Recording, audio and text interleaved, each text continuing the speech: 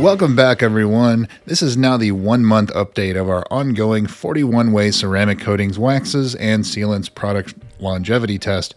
I usually do 1-week update intervals for new tests until the 1-month mark, but it has been raining non-stop here for almost 2 weeks, and fortunately, I got a break in the weather to do my monthly updates, so I skipped over the 3-week update. I've also been busy with my cordless polishers comparison test, so if you haven't seen that series of videos yet, please go check those out.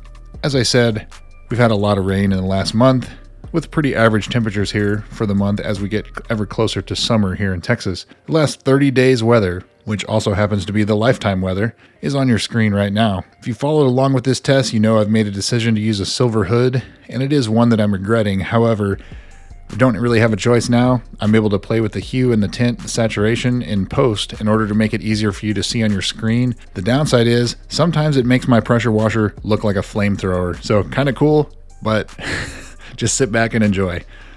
We'll foam this hood down using Chemical Guy's Honeydew Snow Foam. Rinse it, foam it again, wash it, rinse again to check and inspect the hydrophobics before we dry everything off. As usual, check the links in the video description as to where you can buy these products, as it does help the channel out. I also have an awesome spreadsheet with all of the info on all these products in the description. If you'd like to support the channel, that information is on your screen here. If you haven't followed these tests before, I've been doing tests like these for about the last 6 years now. This hood sits outside of our shop 24 hours a day, 7 days a week here in East Texas, exposed to the elements, and we'll do a monthly inspection and maintenance wash. We'll rotate the hood 90 degrees each time we're done, and we'll inspect it until the last one fails. So let's get on with it.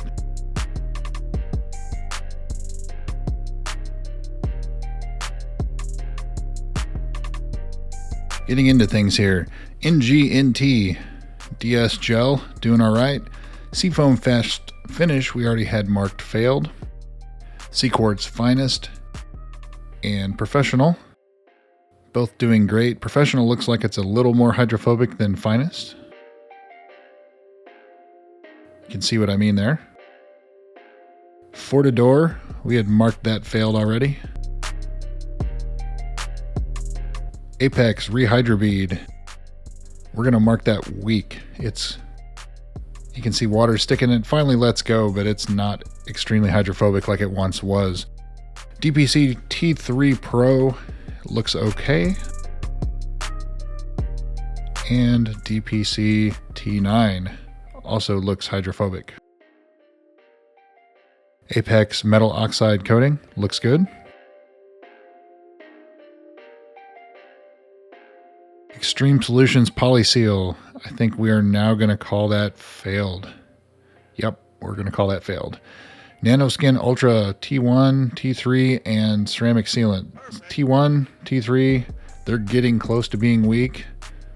And Nanoskin Ceramic Sealant is now going to be failed, it looks like. Yes. NGNT 1K and 1K Plus doing okay. McGuire's 3-in-1, I believe we're going to call that one failed now too. Yes.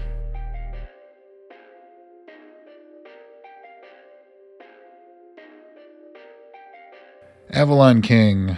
It's not failed, but it's not extremely hydrophobic. What do you think? Would you mark Avalon King weak? Nah, it's still doing okay, but you compare it to like Nano Age, Nano Bond right next to it, that's extremely hydrophobic. Look at the difference there. So Avalon King, not quite weak, but very close. And the Chinese 10H ceramic coating, still doing all right. Geon Can Coat, extremely hydrophobic. There's the control where my logo is. Drive Auto Nano 9H, looking very hydrophobic. And McGuire's Hybrid Paint Coating, looking very hydrophobic. New Finish, still doing good. Underdog, the Sauce Pro, very hydrophobic. Glossit 10H, not quite as hydrophobic as Underdog, but still doing very good.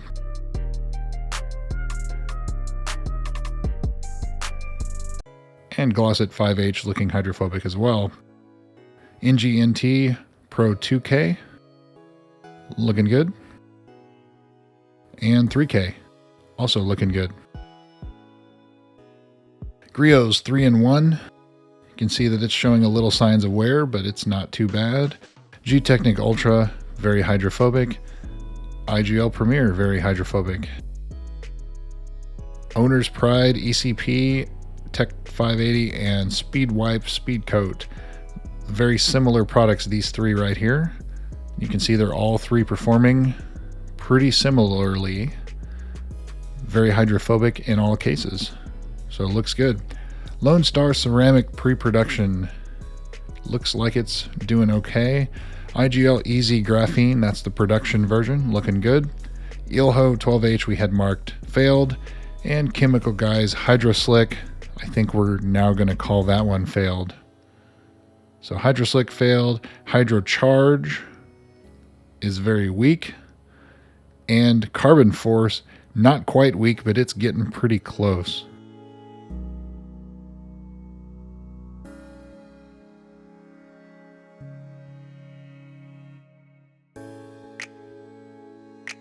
And Ammo Reflex, that is also looking pretty weak. Not failed, but we're going to mark Ammo Reflex weak at the 30-day mark. So lots of changes. I don't know if having 7.5 inches, 19 centimeters of rain, if that has had an effect on it.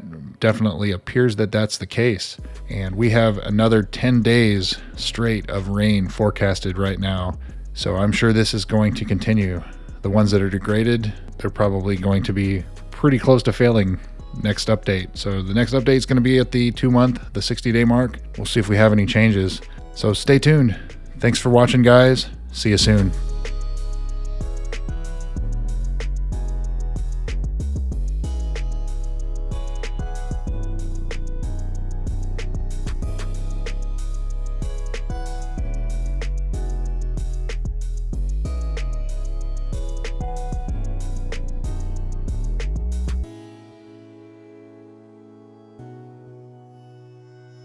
Hi, if you're new to this channel, my dad is Scott and I am named Cecile and I am his daughter, and his channel is called Scott HD, and they're really good because he talks about cars and how to do stuff and to paint cars.